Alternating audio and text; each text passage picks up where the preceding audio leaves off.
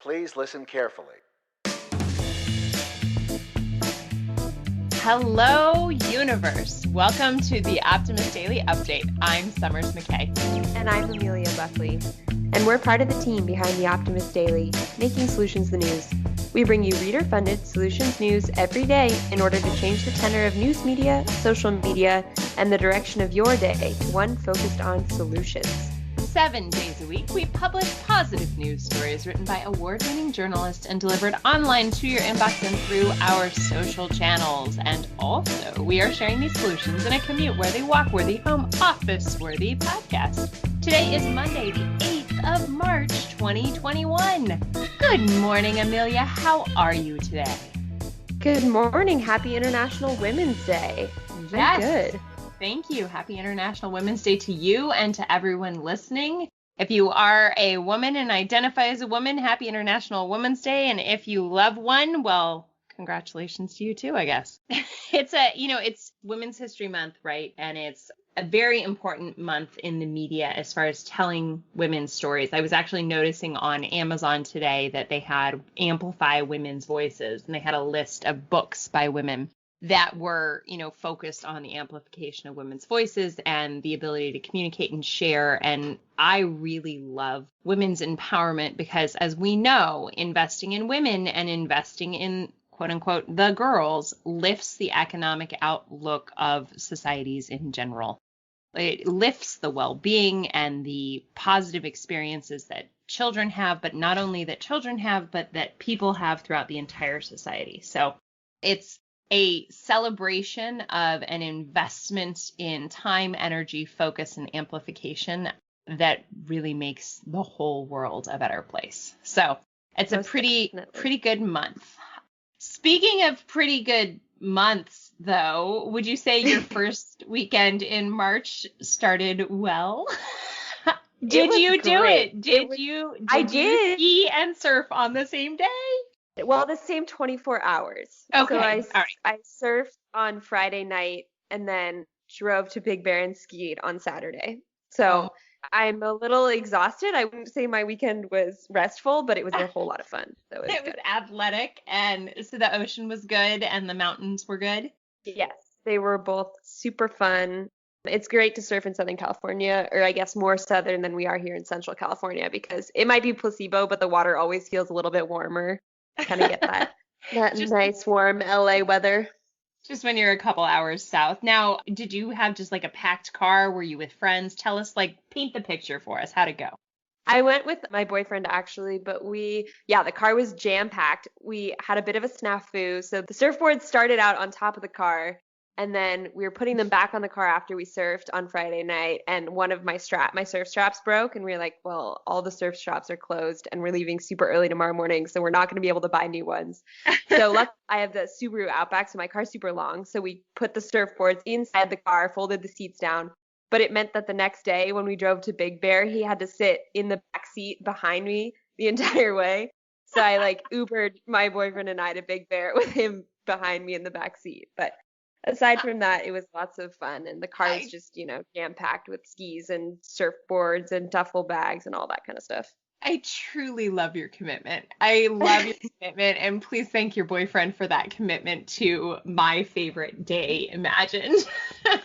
I was like, Summers wants us to do this. We have to do this. Even if the waves aren't great, we're going to get out there. Well, the weather was lovely this weekend in Central and Southern California. I actually got to spend some time with my parents and the baby yesterday. It's funny, I honestly can't even really remember Saturday because I think it was a flurry of packing and organizing and playing with the little one. But it's just been kind of a very busy weekend. We are ramping up. We now, I guess, have 11 days until we move. So it's exciting because it looks like everything is going as it should, and then it's also a bit harrowing, but I'm excited for March. I think it's going to be a different month certainly than February, and it's coming up on a year for us having been in this pandemic and all of the things that we have learned about ourselves and about our community and about how to find solutions and support one another. It's been a really trying year, but I would say that the year ahead probably looks quite a bit brighter than the year that we are leaving behind. So kind of weird anniversary, that this week is about the week when things started really to change. It's probably a reflective time for a lot of people. Certainly, I know it is for our family. So, but looking forward to good things ahead. And also looking forward to having some tough conversations ahead. But let's go to my ocean solution first, because I think it's appropriate to our conversation thus far this morning. The headline that I chose is "This Sustainable Concrete Alternative Helps Coastal Ecosystems Thrive." So basically, concrete has to be used to build out infrastructure, and coastal towns are very big for development for infrastructure. And guess what? Concrete is terrible for the ocean. The reason that it is terrible for the ocean, the reason that concrete infrastructure is not good for the ocean, is concrete is solid and flat. It can't be porous. If it was porous, it wouldn't be strong enough. And that is not helpful for marine life and marine viability. The composition of concrete prevents, very specifically, viable environments for oysters and coral reefs.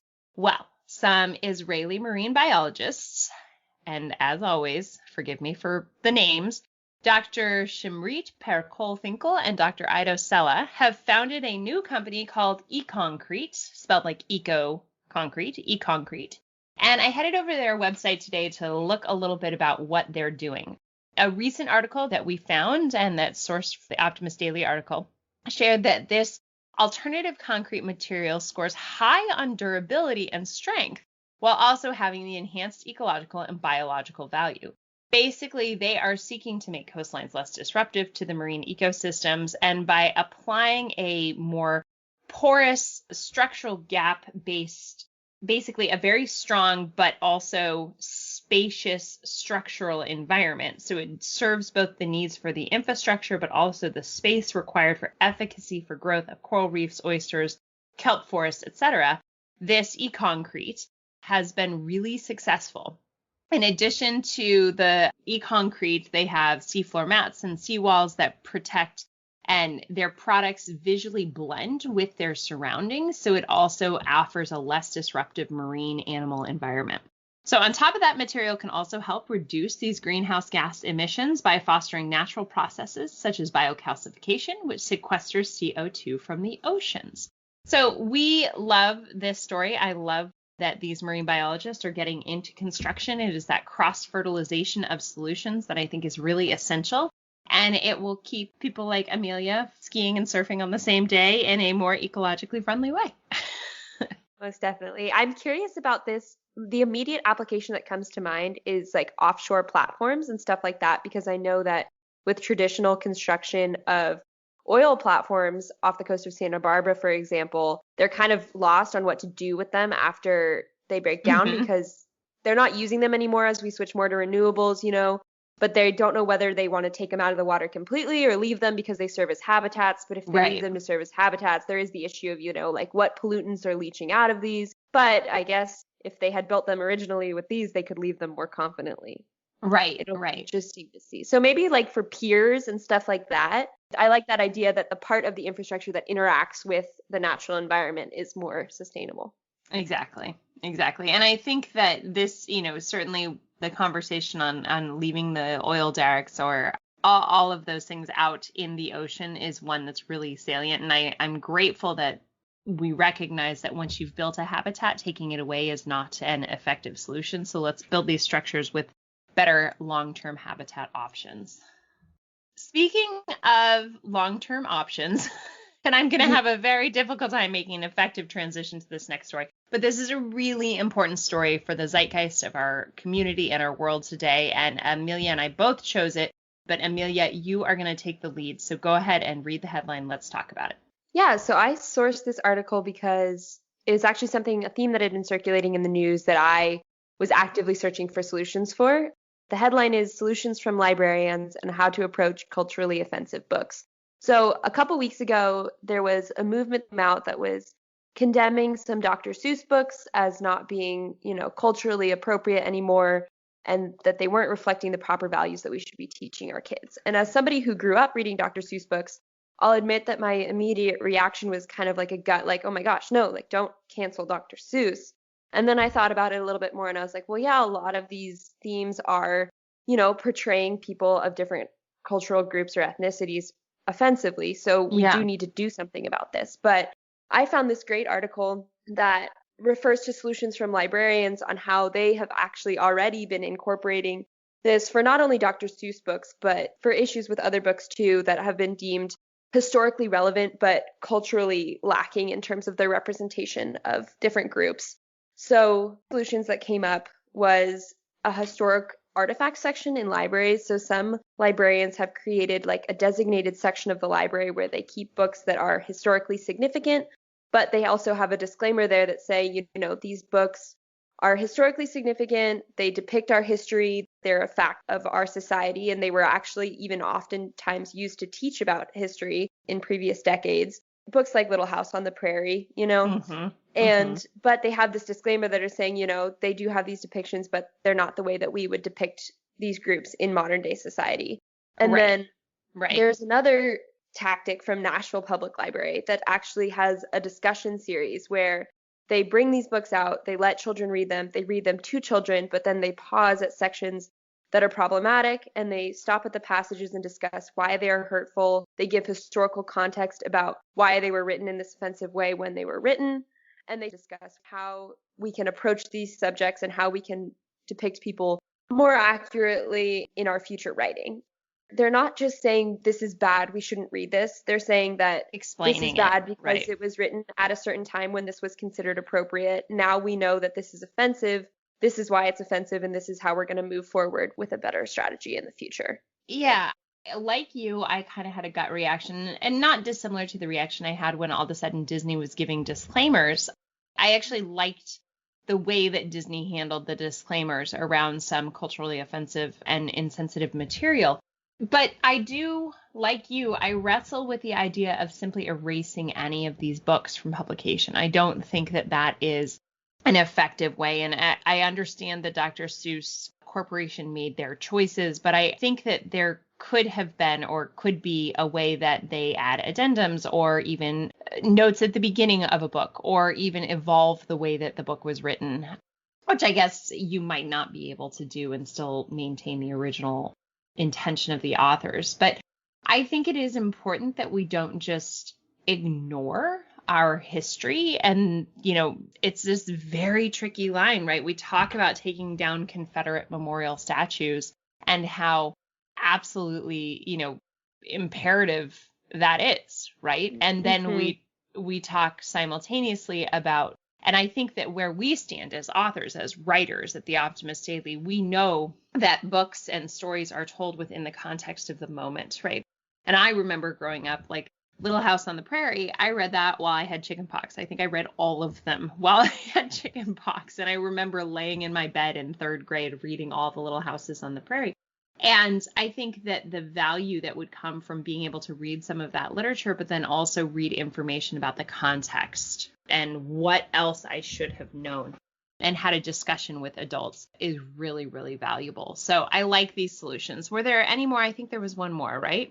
Yeah, there was one more that was from the Brooklyn Public Library, and they actually created a list of popular books, so like books that children's parents might have loved, and they created a list of books that follow similar themes that they might also love. So they have, for example, for kids that love Harry Potter, they have a recommendation to read Not Your Sidekick, which is a book that also talks about magic, but it features LGBTQ plus characters as well. So it's Right. taking that same theme that your kids love, but adding more diversity and recognizing that there's a little bit more character complexity available along the same lines. Yeah. Which I think Yeah, is great. exactly. I like if your kid likes a theme, then go down that theme, but then add extra context. And we with Brennan, we watch a lot of different Netflix cartoons and we try to make sure there's tremendous amounts of inclusivity. And every once in a while, I'll throw on Mary Poppins because that's nostalgic for me.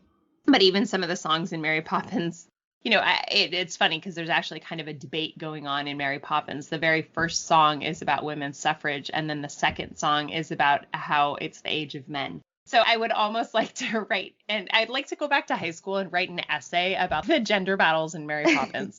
But I can't go back to high school, but instead I can continue learning on a daily basis on the Optimist Daily. And today we've got some other great headlines. We've got a 70-year-old albatross named Wisdom who just hatched another chick. Good work, Wisdom. It is easy to make old buildings more efficient with this modular system. I almost chose this topic, but I felt like we needed to focus a little more on the librarian story today, but that is a great read. What else do we have? We've got, then this funnily enough was one that I almost picked. Scientists design underwater elevator that boosts kelp growth fourfold. So this one's pretty cool. It's about kelp basically thrives on the surface because it gets sunlight, but also it needs those nutrients for deep sea. So people that are cultivating kelp for carbon capture purposes have designed an elevator that moves the kelp up and down so they actually get the nutrients and the sunlight. It's pretty cool. We've got Sun, the chic solar-powered lamp everyone will want in their home. Energy utilities collaborating to create a new EV charging network across 16 states. That one's exciting if you live in the Southeast and you have an electric car. Research the efficacy of family-based therapies for children with ADHD. So moving beyond just traditional medication-based therapy for ADHD. FedEx plans to become carbon neutral by 2040 with zero-emission vehicles, making shipping a little greener. And last but not least, Canada will invest $2.75 billion to boost its fleet of zero-emission vehicles. So lots of great stuff up on the Optimist Daily today. We've got some great energy solutions, some great lifestyle and health solutions. Excellent. I loved the FedEx story too. We're actually going to be using FedEx to move. We've come up with an innovative way of hiring a FedEx truck and packing it ourselves. Because of my husband's business, we use a lot of FedEx, and I'm excited to see them moving in that direction because we try very hard within his business to be as efficient as possible, but shipping is a requirement. And I was excited to see that FedEx was doing that. I love a big FedEx truck outside my house in just a few weeks or days. Oh, my goodness, days. All right. Well, anyway, today, everybody, thank you for listening to the Optimist Daily Update. We promise to continue to share positive solution-based stories with ideas on how you can participate in this changing world and ensure it is changed for the good. We promise to cover current events with accuracy, legitimate sources, and offer you the information needed most to chart new paths for all of us. Amelia, should we ask everybody to become an emissary, or maybe this week just share a story with a friend? Either way, continue to support the Optimist Daily. We love you. Thank you. Have a great week ahead. Have a great week, guys.